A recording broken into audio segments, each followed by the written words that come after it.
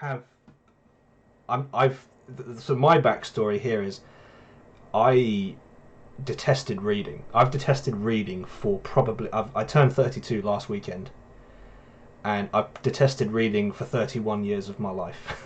So Hmm. the fact that I've got with the old breed here with Hmm. all these tabs in it is for me is like Wow. a personal milestone.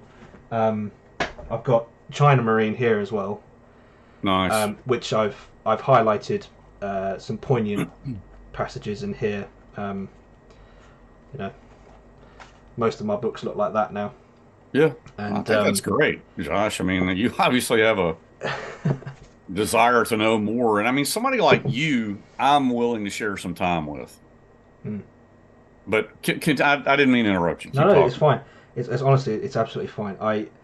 Um, so for me, this whole journey has been uh, breaking down certain sort of areas of my life that I'm branching into. Like I'm starting to read again, which you know that's it's just healthy. But I I've watched all the content that you've put out. I've listened to almost all of it. I think at this point, so I'm trying to do as much research when I come when we come to this conversation as possible.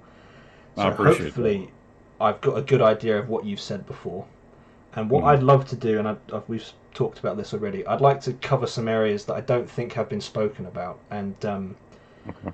I I'm also coming at this from possibly, and this is an observation I've made. I'm probably the younger generation here because I'm born early '90s, whereas I think everybody you've spoken to was of your age group, or maybe slightly younger. So I think I'm coming up through society in a very different, with a different approach, different mindset, different views on entertainment, and that's where I'll sort of make the connection to the HBO series. Hmm. I've watched it more times than I can count. I've read with I'm doing a rewatch of it Yeah, now. I've read the old breed with the old breed twice, and first time I watched the HBO series, I got to the episode. Is it it's Guadalcanal with Lecky? So it'd be one or two, part one or two. Part two is where Barcelona comes in. Yes, it's. Oh, good grief! Now I'm here. I feel like an idiot. Just tell me Is it what happened, and I'll tell you right where it is. Alligator Creek? Is it the? Alligator Creek was the end of part one. Okay, Yes. it's that episode. I That's remember when the what. Cheeky came across the Sam Spit. That's it. Yes, I remember watching that for the first time, and I thought to myself, I can't handle watching this. This is too much for me to watch. And then years went by. That was probably a good 10 years ago that happened. Years went by, and I thought, I'll give it another watch. And watching it again was like, wow, this is tough to watch. Hmm. And I then became more interested in it, and I then learned, okay, there's a book. Eugene Sledge has a book. Okay, I'll read that. And Hmm. then reading that for the first time, I was like, this is borderline traumatizing for a non-combatant civilian.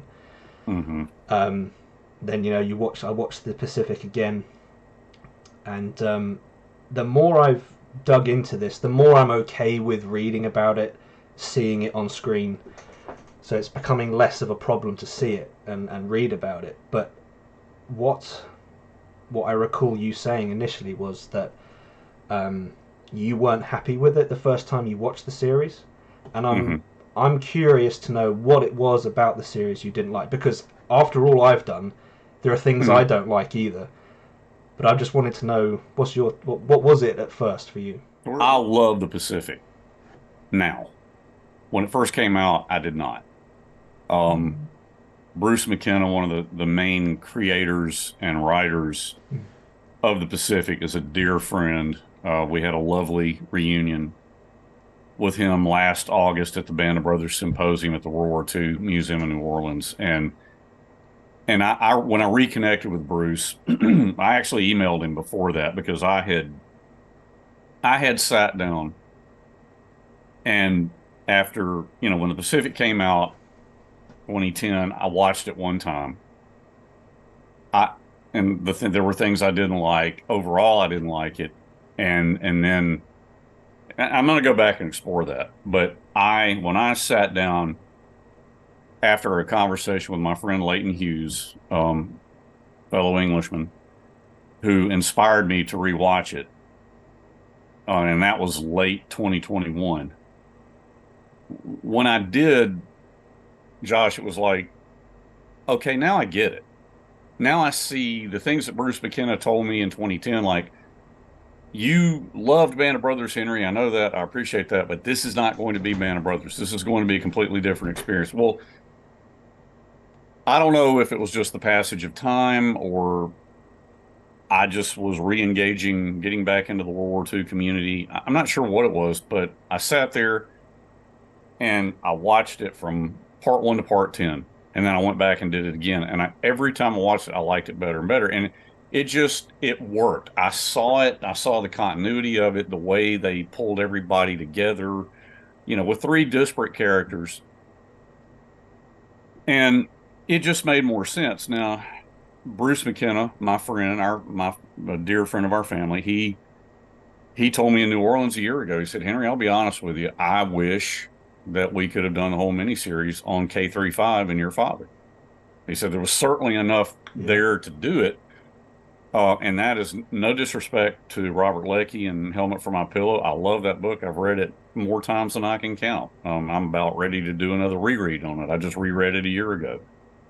But the reason that didn't happen was because Steven Spielberg had given Bruce marching orders at the very beginning saying, we want to cover the entire panoply of World War II, of the war in the Pacific. And of course, things weren't nearly as geographically symmetrical as they were in the ETO. Hey, buddy, how you doing? My son just got up. That's all right. Teenager. But he, they land at D-Day, they fight across Europe, fight across France on into Germany. There's something geographically, and I don't mean to demean the ETO because I love studying the ETO. My dad's older brother was in the 741st Tank Battalion. He was a Sherman Tank Platoon commander and landed at D-Day. So that is an entire slice of the World War II pie that I absolutely love. But the Pacific was so far flung, so geographically disparate. There was no way that you could have one unit who experienced everything.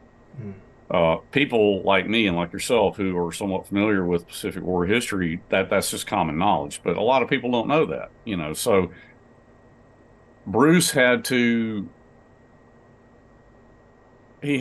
create something that covered the panoply of the Pacific War. And so to do that, okay, we're going to have honestly, at first it was going to be 13 parts and 5 characters. And I won't even get into the granular detail of who else was supposed to be in it. Well, there's no point. That would just be a waste of time. But when I first saw it, there were some really small detail things like it shows.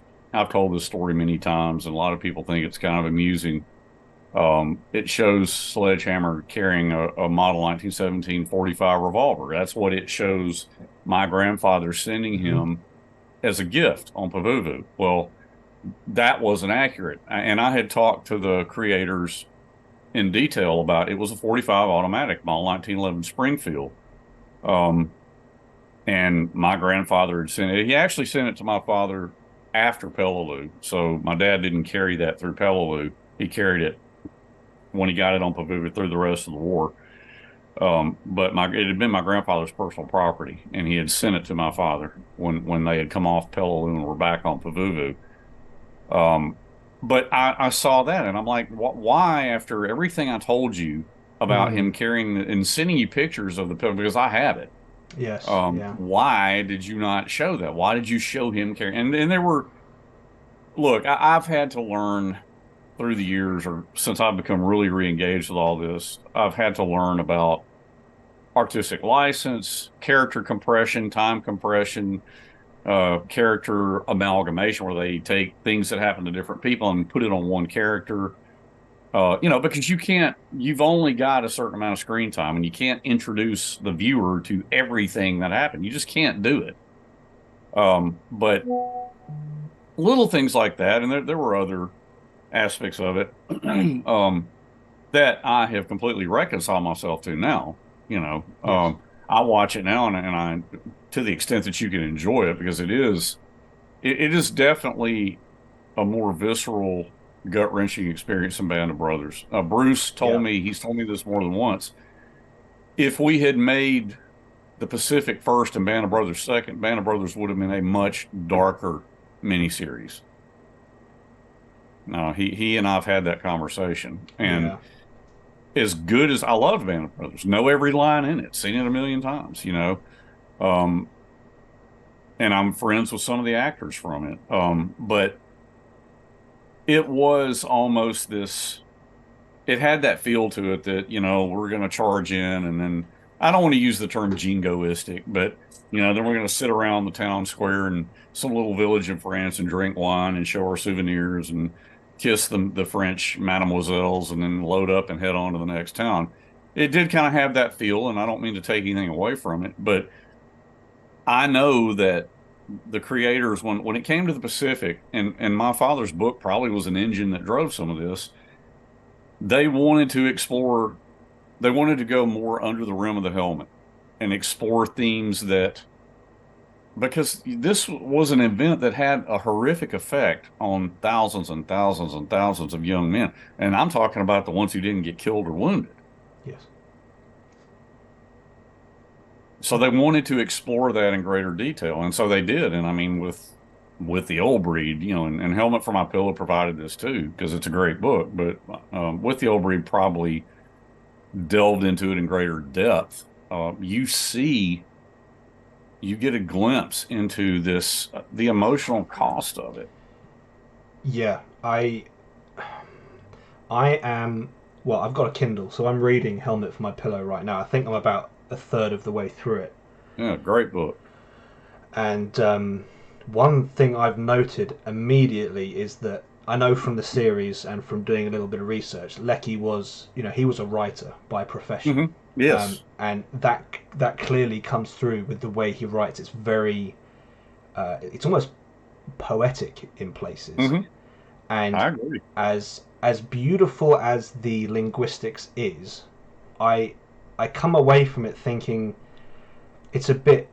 Um, Almost like it's a bit too glossy. And what your dad does, or when he wrote, what he did was he it was there's no shine on it. There's no uh, no similes to anything else in life to try and help a civilian understand. It's just this is what happened, hmm and that's it. And it's raw, it's brutal, and I find as good as Helmet for My Pillow is, it doesn't have that same gut wrenching feel to it when you're reading it, and I, I find that to be one of the most powerful parts of your dad's writing because hmm I think I've made a note of it here where I basically say, yeah, this is what I've said. What I like about With the Old Breed and China Marine is that it documents the psychological journey of a man who starts off in a very stable environment, journeys through hell, almost cracks, survives, and finds his way back to health. It's a story of almost biblical proportions. hmm And That's beautifully put. well, thank you. It's I've spent a lot of time thinking about what it is that I feel when I read your dad's book, and I think that is what is so gripping about like any of these great stories throughout history is the the hero journeying through hell and coming out the other side. And what a part of what I really love about your dad's work is he did all of that, and there's no braggadocio whatsoever, Right. nothing, Absolutely not. zero. And I I've come away from reading and researching thinking there is so much more to your dad's writing than just here's what happened on Peleliu and Okinawa. There hmm is there's for me in my generation where we've got these first person shooter video games, we've got movies about uh, you've got the action movies of the 80s, Rambo and Commando, and Sure. making Right. war is really glossy, and it's fun, it's entertainment, and I feel that my generation and younger we're losing sight of the brutality and the reality of what guys went through to give us what we have now. And I love that your dad was just so almost nonchalant about it. It's, Well, it was. I can understand you putting it that way. He was just again. I tell you something Bruce McKenna said because we were having a conversation yeah, in the lobby at the hotel in New Orleans, and it was actually I think Graham Yost, who's a very well known writer and was involved in Band of Brothers, and I think the Pacific as well. Yes, the Pacific as well. And Graham just was a lovely guy. Just came up to me and was just in tears about meeting me and my father's book. And the thing to touch on what you said, Bruce said he doesn't blink. It's you want to know what it was like in your face. Here it is. yes, And I even may have touched on this when I spoke at the World War II Museum in New Orleans. If friends would come over and remember now, 8, 9, 10, 11, 12 years old, this is the mid 70s for me, my age group. And friends would come over and we'd have our plastic Tommy guns and go out in the woods and, play army or whatever. And a friend might say, well, my uncle was, and so, and he said that, and he would throw some anecdote out and yeah, he might ask my father about something and my father would, when you asked him what something was like, he would give you an answer, and it was none of this like you said, braggadocio. There was no macho, we charged the hill and killed 20, it was nothing like that. It was just, I was there. I experienced it. I will tell you what I saw. hmm, Um, And I don't mean that he shared war stories that had us like having nightmares because he certainly would not have done that. But yeah, I mean, he and I had a lot of private conversations. I I can just remember so many. Obviously, I'm writing my own book. I've yeah, explored a lot of that. Some of them are stories I've told before. Some are not. But um, maybe some of that was he was a scientist, and so everything he looked at factually and analytically. yes. And I think that had a lot to do with it. I think that comes And through. yeah, and he also had an appreciation for natural beauty, the Yes, environment. Um, a lot of things that didn't get published that I was happy to be able to put into my book about the flora and the fauna and the way, he was a scientist at heart, you yeah, know, citizen soldier, scientist at heart. And he saw, and really there was so much there for me to take and make juxtapositions and work with to try to create a compare, which, and apparently I succeeded based on what people have told me so far. Um, but it really is touching to know that he could see the beauty of those things when in this crucible of combat.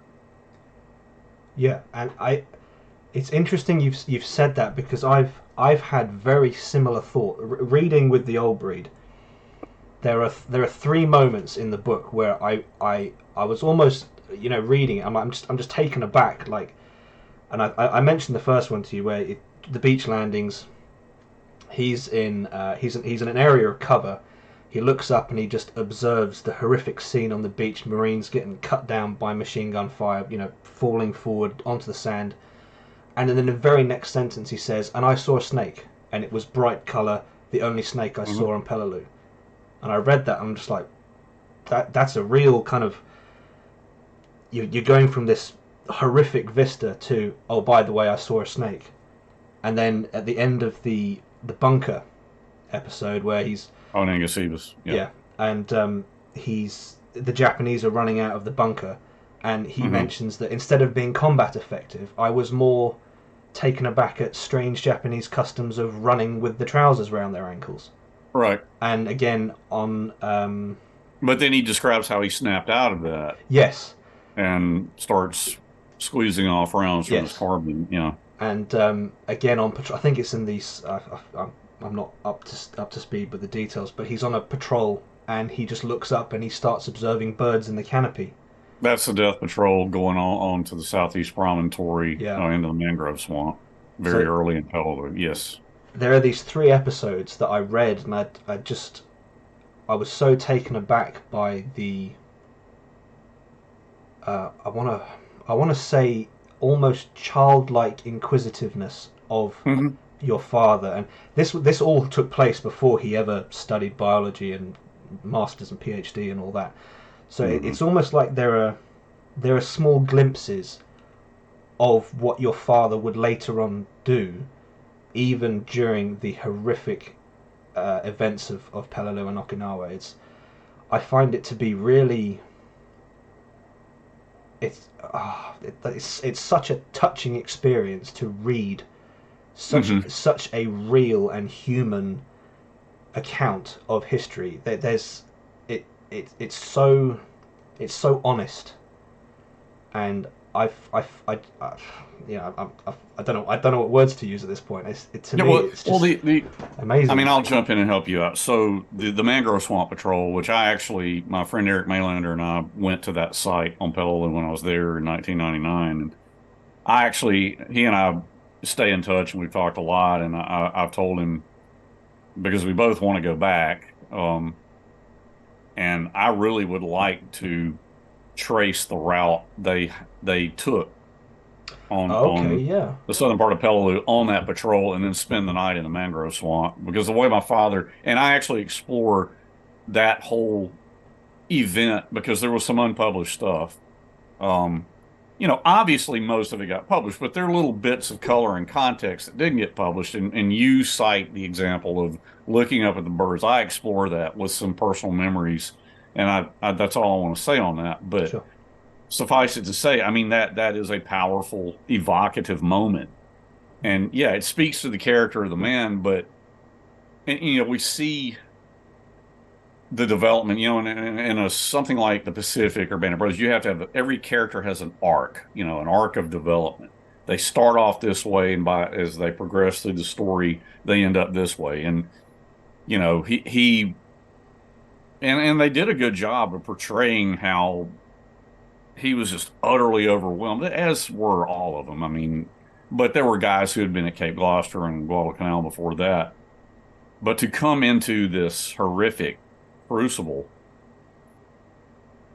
and just try to survive and then progress beyond just being utterly overwhelmed and not even knowing what to do, to progress beyond that, to be able to function effectively as a fighting man, in this case, a 60 millimeter mortarman, and sometimes as a rifleman, because there were times they stowed their mortars that happened on Okinawa quite a bit Mm. and functioned as riflemen. But um, the growth of his character is so palpable, and it's events like what we're talking about here, looking up and seeing the birds, or oh, I saw a snake, you know. And not long after that, and very early on Peleliu, it's D-Day on Peleliu, they progress inland a little bit, and they come to a scene of, a Japanese corpsman who'd been eviscerated by a naval shell, where he'd been trying to treat some Japanese wounded, and drawing from, my grandfather was a doctor. So one of the first things he notices is the Japanese medical corpsman's medicine chest with bandages and medicines, Yes, still there while the chest cavity of this Japanese soldier is completely laid bare. And, he writes so eloquently of just agonizing, like this was a human being, you know, yes, all very powerful. yes. I have I've gone through, and actually I've got my copy here, and I highlighted a particular section here that really this I'll read it, but this passage, Yeah. this is the passage that when I read it for the second time, this is where I almost, I was, laying in bed reading as you do, and I'm laying there and I got choked up reading this, um, and I think this is very close to the Japanese corpsman that you've just mentioned. I think it is, but he writes, within a few yards of this scene, one of our hospital corpsmen worked in a small, shallow defile, Yes. treating marine wounded. I went over and sat on the hot coral by him. The corpsman was on his knees, bending over a young marine who had just died on a stretcher. A blood-soaked battle dressing was on the side of the dead man's neck. His fine, handsome, boyish face was ashen. What a pitiful waste, I thought. He can't be a day over 17 years old. I thank God his mother couldn't see him. The corpsman had the dead marine's chin tenderly between the thumb and fingers of his left hand, and made the sign of the cross on his right. Tears streamed down his dusty, tanned, grief-contorted face, while he sobbed quietly. That to me is, if you could sum up everything your dad writes, it's almost that. Mm-hmm. That is just the epitome of the hell that they were in and the utter waste. There are other similar scenes that got removed from the published with the old breed that really more on Okinawa. There's just some really powerful material, very similar to that I was able to use. But that is illustrative of it speaks to the character of Sledgehammer. I mean, his humanity. I mean, I ask people who find his book so moving, what is it about? I mean, it's not like I don't know, and I don't ask to be eliciting compliments, but I need to constantly hear this. What is it that was so powerful? And a lot of women have read his book and find it so powerful, which I think is a wonderful thing. I mean, it's a horrific book to read, but if you go beyond, this isn't a shoot 'em up war story. There's no aggrandizement. There's no glory in this. I mean, God, my book, I explore a lot of this in great detail. And Okinawa, so much material got cut from the Okinawa part of his manuscript. Not that what got published wasn't beautiful and powerful and horrific, but yeah, I mean, that's what people always say when I'm like, what is it about With the Old Breed that is so compelling and so powerful? And it's his humanity.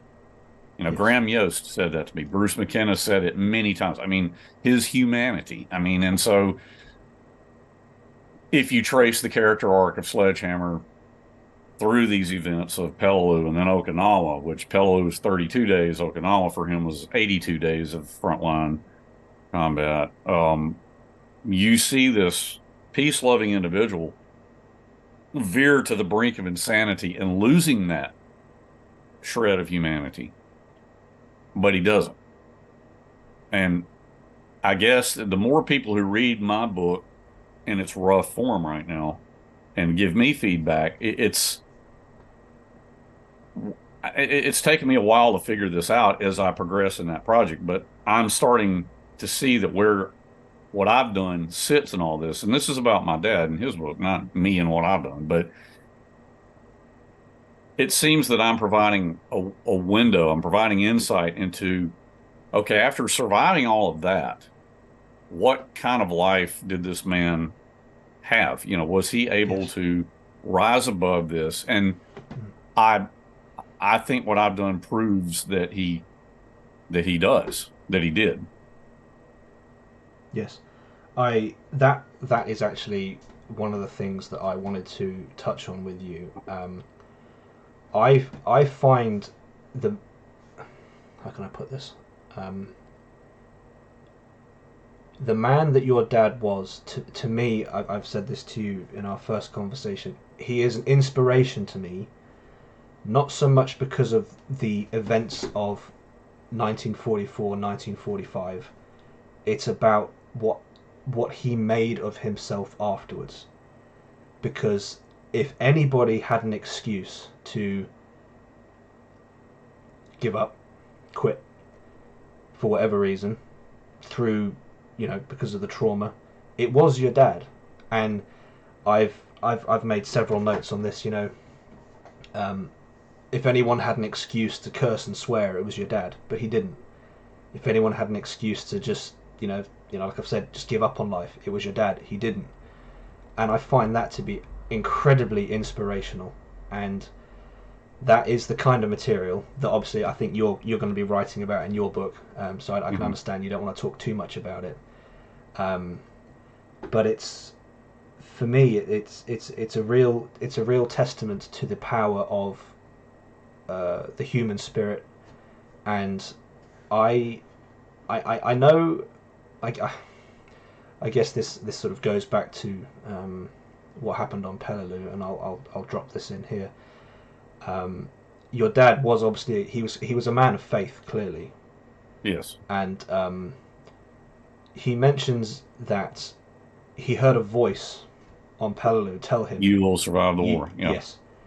And he doesn't say anything to anybody about it because he doesn't want to be labelled as crazy or hearing voices. That's not typically normal.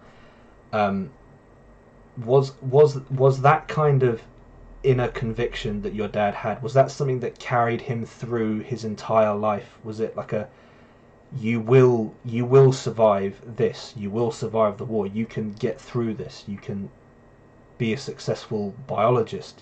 Yeah, I definitely think the answer to that is yes. But yes, the voice, and he was talking to Sergeant Teskovich and Lieutenant Hillbilly Jones, and it was at dusk. I explore that a little bit in my book. I mean, obviously that was published, so I don't repeat that, but I kind of go into that. My mother and I talked about that. But and I heard him describe that in interviews. I mean, that was a palpable, tangible event that really happened. And Sergeant Teskovich and Lieutenant and Hillbilly Jones were both later killed on Peleliu. But that inner conviction was there, and it definitely helped sustain him without a doubt. Yeah, because I find it, I do, through my own personal journey, I find that to be an incredibly interesting side of the story, because your dad doesn't write after that occurrence. He doesn't write as if this is all happening around me, but I've been told I'll be fine. There wasn't any of that. He still carried on like he's just a guy, just a regular guy, and he didn't have any kind of, again, there was no sort of arrogance of, oh, this guy cracked up, that guy was upset, but I was fine because I'd been told I'd be fine. He still didn't. Well, I guess he was still humble, and he didn't feel like he was chosen or something like that. He just carried on as he always had done. And definitely. Yeah. I mean, and there was never, because as he talks about through the rest of Peleliu and then what they saw in Okinawa, and explores even more in what I've done, what I'm writing. In no time did he have this feeling of, well, I heard the voice, I will be okay. I mean, that was never there, but your dad's conviction. His conviction, and that, yes, that did sustain him without a doubt. Okay, yeah, that was, that detail was, again, that's it's one of those things that I think about, because I've spent, as I reread with the old breed, I deliberately put a lot of effort into thinking, right, if I were in his shoes, experiencing everything that he's described, what would I do? What would I feel? And it's been when I've been honest enough with myself, I've learned a few things about myself, hypothetically in my head, like, oh well, if it were me, I would have done that, and that's probably not a good thing, so I'll adjust that part. But the whole putting myself in his shoes is what I've tried to do a lot, because I think there is a lot to learn, not just historically about what your dad's written. I think there's a lot to learn about life in general. And I mean, I've been doing a lot of research. I've been thinking about this a lot, and I guess a part where it gets, uh, you know, semi political. I'll try not to make it too much like that, but I think to myself, there are so many things that, and your dad writes about this. When he comes back to America, he's just shocked by what he finds. People Hmm. complaining that they're having to stand in line, people complaining that their coffee's not hot enough, people protesting outside an airplane factory, and they say it's like Hitler, stuff like this. And I thought, that kind of approach is, I'm sat in a room right now with a roof over my head. Hmm. I'm not getting shelled, and maybe I should be more grateful. I can go to the grocery store and I can get whatever I want. I'm not just stuck Hmm. eating boiled rice with maggots in it. Sure. Um, I find there's a lot to be taken away from your dad's writing beyond just the historical, and that. I guess that's a message I want to try and uh, talk about a little bit more with people, and get that Hmm. message out there a little bit more, and apply that to my own life, because your dad writes about the physical conditions he was in, and this is a detail that I've been wanting to know a little bit more about, because he says things like, fear and filth went hand in hand. Hmm. He talks about how his buddies, they all stunk because there's no water. You can't wash yourself. And I believe only twice does your dad mention that he personally physically suffered. It was Okinawa, where he couldn't remove his boondockers for 2 weeks, and when he Hmm. did, the skin came off the bottom of his feet. And he mentions that he had jungle sores on his forearms and Hmm. on the back of his knuckles. Now, reading Helmet for My Pillow, Lecky talks a little bit more about what he suffered with, and I am a detail that I think is missing from the entertainment or the HBO series is that side of it. Like, how Hmm. much did he physically suffer, medically and hygienically? Well, hygienically, actually, part 9 on Okinawa, I thought they did explore that, that obviously they could have, you could always do more, but again, you've only got so much screen time, but Sure. you do see them literally sitting in muck and filth, and um a lot of material didn't get published about mud, and just, the infantryman's nemesis was mud, and how they all hated it, and carrying ammunition through the mud and that kind of thing. And of course, I was able to use all of that in my book. But um the lack of personal hygiene was something that, there was never a day that my dad didn't take a shower. There was never, he never, we would go on a trip or something, and you'd see somebody camping out, and you could tell they were roughing it. They're going a few days without showering and shaving, and of course now nobody shaves, but back then, most guys did, but they'd be roughing it, and growing their stubble or their beard. My father absolutely hated that. He said, I had a beard coming off Peleliu because for 30 days, well, 32 days, we were not able to clean ourselves up or shave. He said, I absolutely hated it. I will never have a beard again for the rest of my life. And he didn't. I mean, um, toward the end of his life, when he was sick with stomach cancer, he couldn't shave at that point. Um, we had someone come in and cut his hair and shave him. He just, um, he couldn't understand why anybody, when you have the choice, excuse me, between being clean and neat and well presented, when you have the choice of that or being uh, the opposite, why would you choose the opposite? Because for so long they didn't have a choice. And I mean, Peleliu had the terrific heat, of course, flies everywhere, dead corpses, or dead bodies. perpetuating this utter, complete, just maggot-ridden filth everywhere. Now that was on Okinawa too, but on Peleliu you had the horrific heat, which you did not have on Okinawa, because a lot of times on Okinawa they were cold from chilly rain. Um, but the those that was the thing. I guess one of the reasons he just never, well, one of many reasons why, but why my dad never had any use for war movies, because there was no way for them to convey that sense of just personal misery that was the life of an infantryman. Yeah. And yes, I.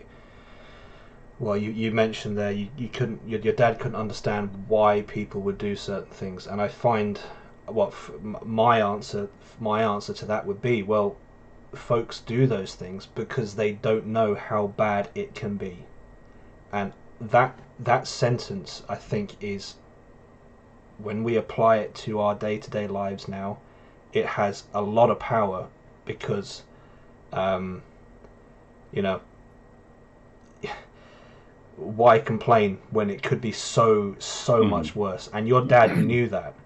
Um, and you've touched on there that the temperature, and it was 115 Fahrenheit. That's 46 degrees Celsius Hmm. for the folks in Europe.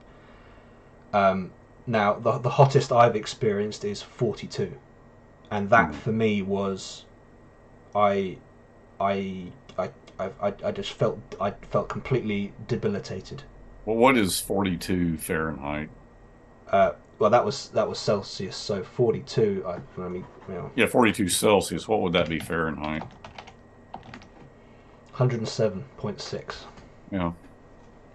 That's the hottest Yeah. I've experienced, and you combine that with being shot at, being shelled, the Mhm. the stench, the just everything. It's When you take the time to really think about what is being talked about, it's absolutely horrific.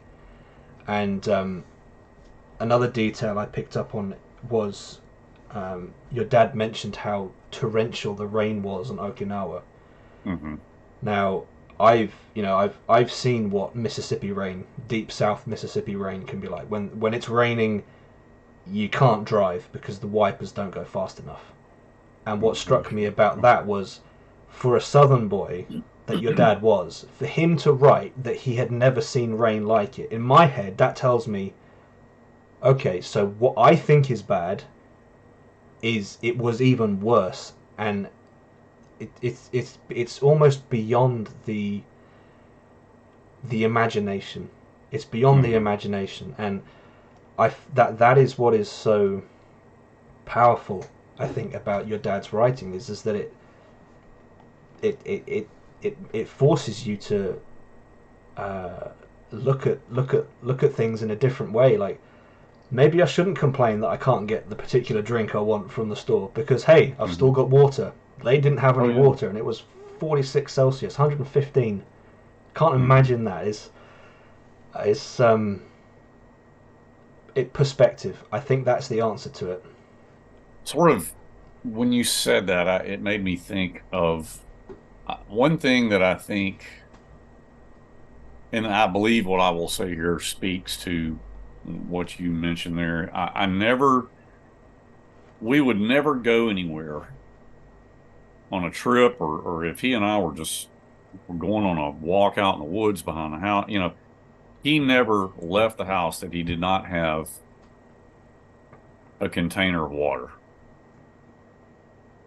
And I don't mean a canteen like a combat man would carry, like an infantryman would carry, but some type of container of water in the car, on his person, um, because he experienced a thirst that few people, did, who didn't fight in the 115-degree or 46-degree Celsius conditions of Peleliu, and how horrible that could be, and not having clean drinking water, which we all, of course, know the famous story of the fuel drums, that had been scrubbed out not thoroughly enough. but that reminds me of the movie Castaway with Tom Hanks. At the end when he has made it home, and they didn't really talk about it that much, but I noticed it at the end when he makes it home in the back seat of his car. He has this plastic, case of all these water bottles because he had been without fresh drinking water and he was terrified of making sure he never went through that again. It reminded me of my father never going anywhere without Mm. a container of water.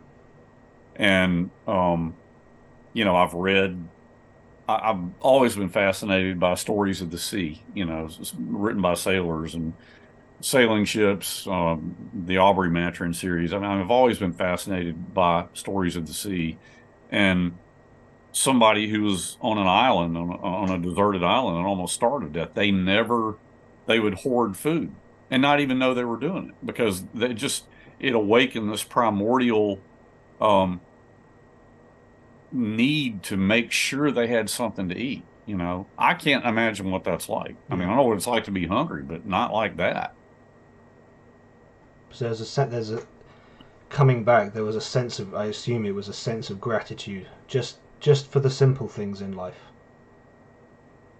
Oh, certainly. I mean, many times, and I explore some of this in my book, but it's nothing I haven't talked about before. I mean, complaining about, a meal or and him reminding me of, we had, toast on Okinawa that had weevils in it and maggots. I mean, or not maggots, weevils. Yeah, Okay.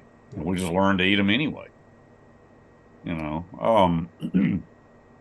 And those are the kinds of things that as we get further and further from an experience like World War II, and there certainly are young men and women who serve and have been in combat.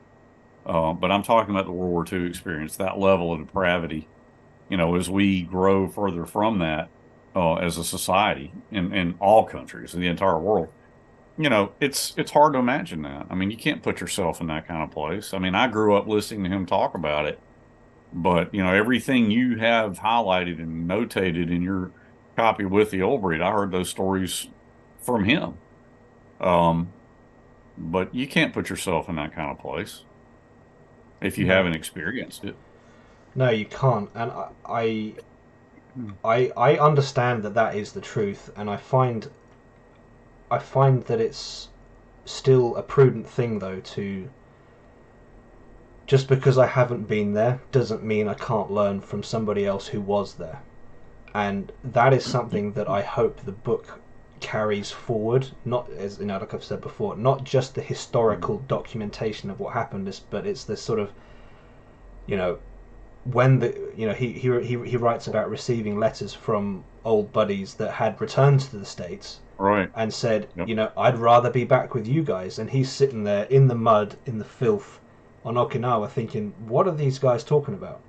But then Right. when he went home, it's like, oh, I get what you're saying now, because back here, again, people complaining about trivial stuff, and it's that perspective. I think to myself, um, what's to stop me from appreciating a little bit more of what I have now?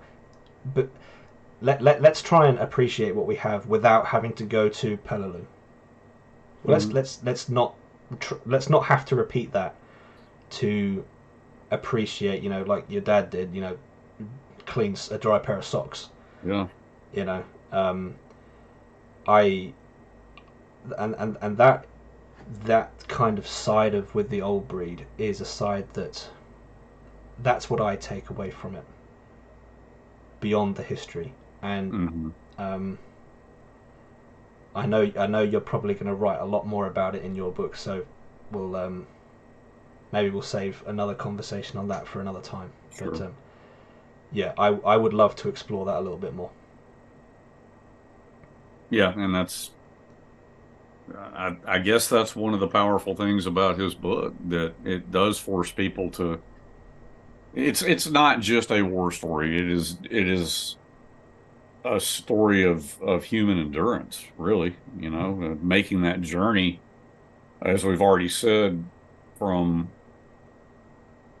being raised in a loving, caring home. Some one person referred to it as being gently raised, and he was, because my grandfather was a doctor. They were very well off. I mean, a lot of his fellow Marines were raised in hard scrabble backgrounds where if they didn't go out and till the fields all day, they didn't have food on the table. And my father never tried to say, well, that was the way I grew. He never said that. Mm. But I think in a way, that's yet another extraordinary thing about Sledgehammer because my grandfather was a man who had influence. And my father could have chosen a much easier path than to volunteer to be an enlisted man in the United States Marine Corps and fight on these desolate islands. Well, Okinawa was not a desolate island, but Peleliu was, and Pavuvu certainly was. To be bivouacked and trained and to stage from, but my dad could have chosen an easier path, and my grandfather would have had the influence to make that happen, but he didn't, and that speaks to the character of the man. And we're kind of straying here, but from that kind of comfortable background to go into what he did and grow and survive in that, it just speaks to the character of the man, and I'm glad that people see that. Yes.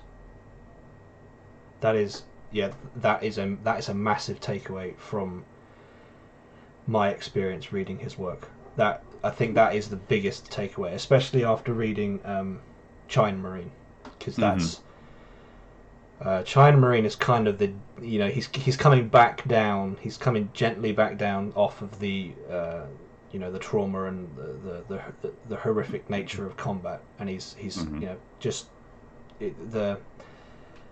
the war machine is slowly it's grinding to a halt, and that's what I've taken away from China Marine, and I find it's again, it contains so much historical information, obviously, but there's a lot more information that's in the background about, hey, it could be worse. It could be worse, guys. Let's not complain too much about what we have, because, again, you don't have a rotting corpse next to you in the rain, in the mud, eating soggy K rations.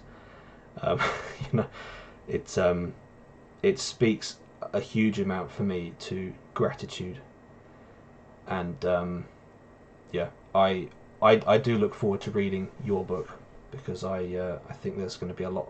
Well, I hope there's a lot of this sort of background information in there, which is the angle that I'm interested in a lot of it, but I'm very much interested in learning more about the human aspect and in later life for your father, and how that's impacted you, obviously, as as his son. Yeah, and that's the heart of it to me. Yeah. Okay. I guess this is slightly not on the same track of what we've been talking about. Sure. It's okay. I can see your dad's K-bar on the wall. I can see the bayonet, the flag, his jacket there as well. Yes. He mentions that he carried his Bible, obviously. That's where he kept his notes. Mm-hmm. And he said that he kept it in the Japanese waterproof plastic pouch. Yes, the green rubber case. Yeah. Yeah. But this is the Bible. Oh, wow. But the green rubber case, I do not have that. And I don't know what happened to that. That's a really good question. I that is something that kind of got lost in the passage of time. Okay. I think you took it to the World War II museum. You got your dad's pack as well, haven't you? I do, yes. Yeah. I did have that on the table when I spoke. Yeah. When I watched that video on YouTube, and when I realized that was what it was, I thought, again, got a little choked up, thinking, well, that's it. That's the pack that saw all, the stuff it's seen. Yes, I conversations it's speak. heard. Yeah, I speak about that in my book because I remember, he kept it on the, all his things were just, they weren't displayed. Now he had the K bar on, his bookshelf. And I talk about that a lot in my book. Because those things, I mean, the pack, and I don't mind sharing this because I have talked about it. I just remember, my brother and I both had a fascination in, um, I guess you could say military history. I mean, with me, it was World War II. And to see something that was there was so powerful to me. And yeah, his pack, I mean, and it has his name stenciled on it. I mean, that just, I thought it was kind of a last minute idea to take that over to New Orleans and put it on the table, and when I saw the the reaction that it generated, I was glad I did, because um and James Holland invited me when he invited me to come to the We Have Ways Fest here in a month, which he asked me to do that in November because he was there. And we had breakfast and he interviewed me for an episode or two of his podcast. Um, and he said, if you feel comfortable, bring something of your father's, if you feel comfortable. I don't know. You probably couldn't see it, but this is his dog tag. Oh my word! You can probably see that's, there were two. This is one of them.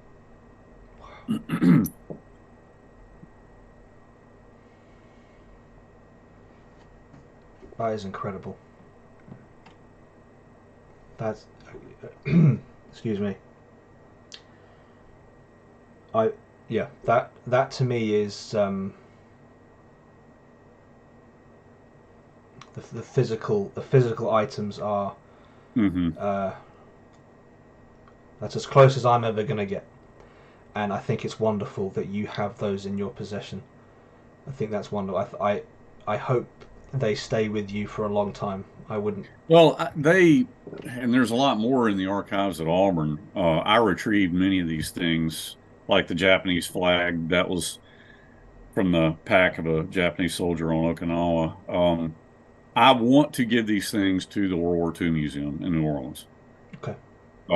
What I really would like to see, and Jeremy Collins and I've had this conversation, but it needs to go on up the chain. What I really would like to see is an exhibit of the bunker at Ingusibus and have that exhibit, and because I think that was such a great example of a small unit action, that typified so many others.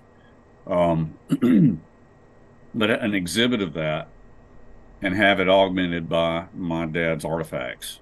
That could be, I just think it could be a really great thing. And I would love for them to have my dad's artifacts. I've broached that conversation with Jeremy. I don't know. We don't have the traction yet. That's it. Just you don't. I don't know. That's a long track Yeah. conversation. Yeah. It's more complicated than you might think. Um, but yeah, I mean, I have so many things. I mean, the Japanese samurai saber that he picked up in the ruins of Shuri Castle when K-35 went through there.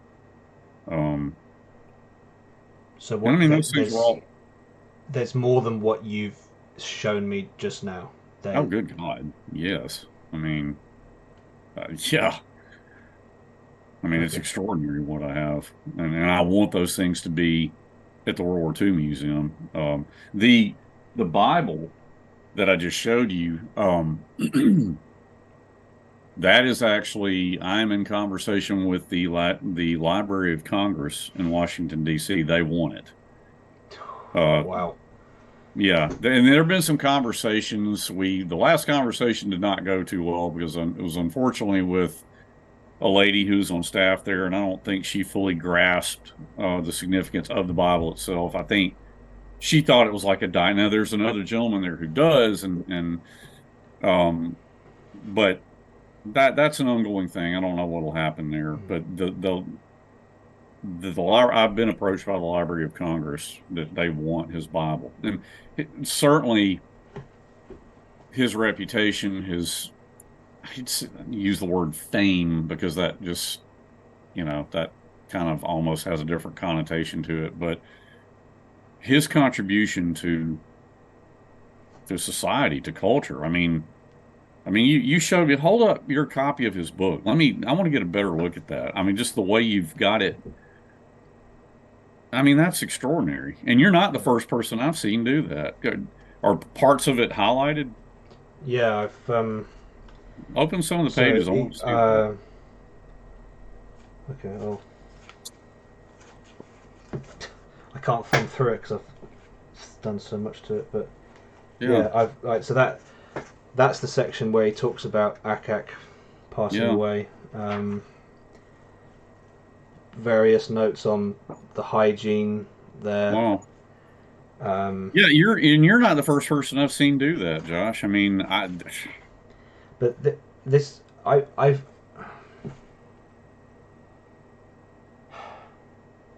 I mean this might be a bit overly personal, but when we first talked, I explained to you about what my personal motivation is. I told you a little bit of mhm. personal info, and I've I've highlighted things here that mean something to me because sorry.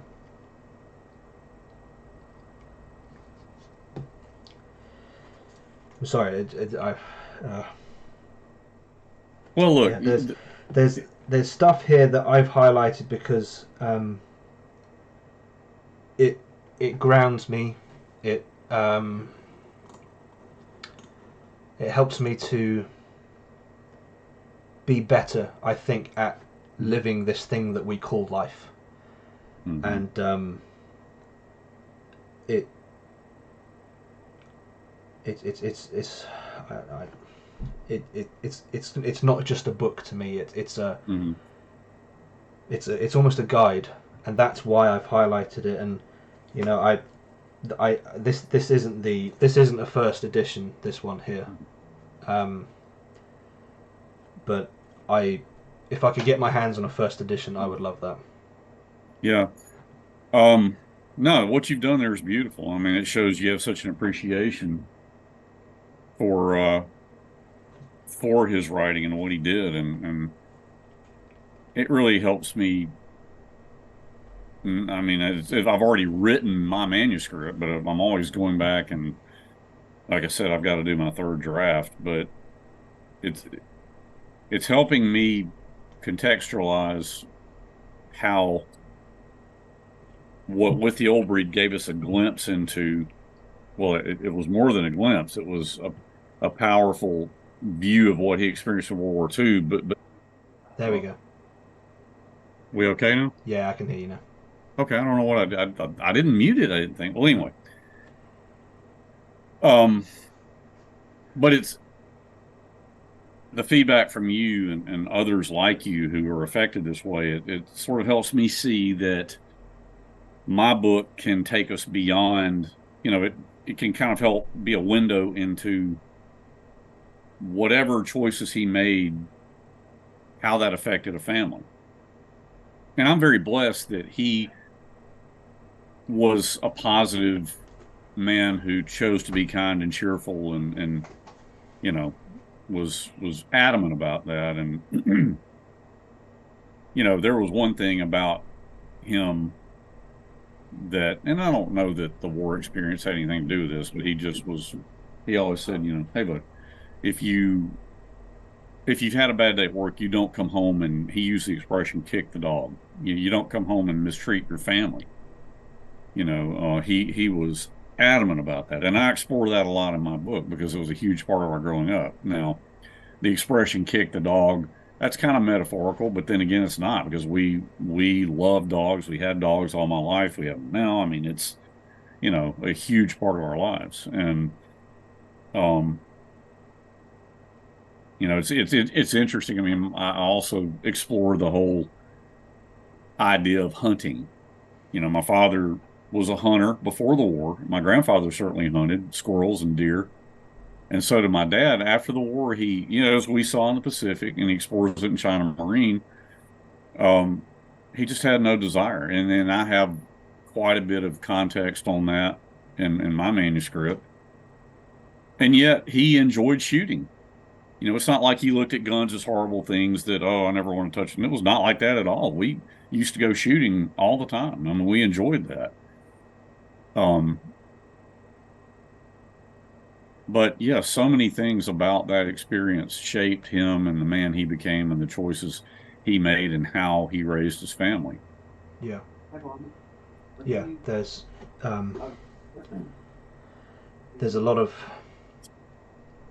well, I say a lot. There are some poignant passages in at the end of With the Old Breed and in China Marine that have where he speaks about how he struggled to acclimatize to the folks around him, and telling stories of how one individual was complaining that his shoulder was sore because his wing commander or whoever it was had made him sleep in a tent for a couple of days, and your dad sort of says, "Oh, it must be so hard for you," and I know that was at that moment he was feeling the bitterness that your grandfather had said, you've got to don't become embittered, and Right. the 3 points that your grandfather made to him. Yeah, I'm listening to you. Keep talking. Yeah, I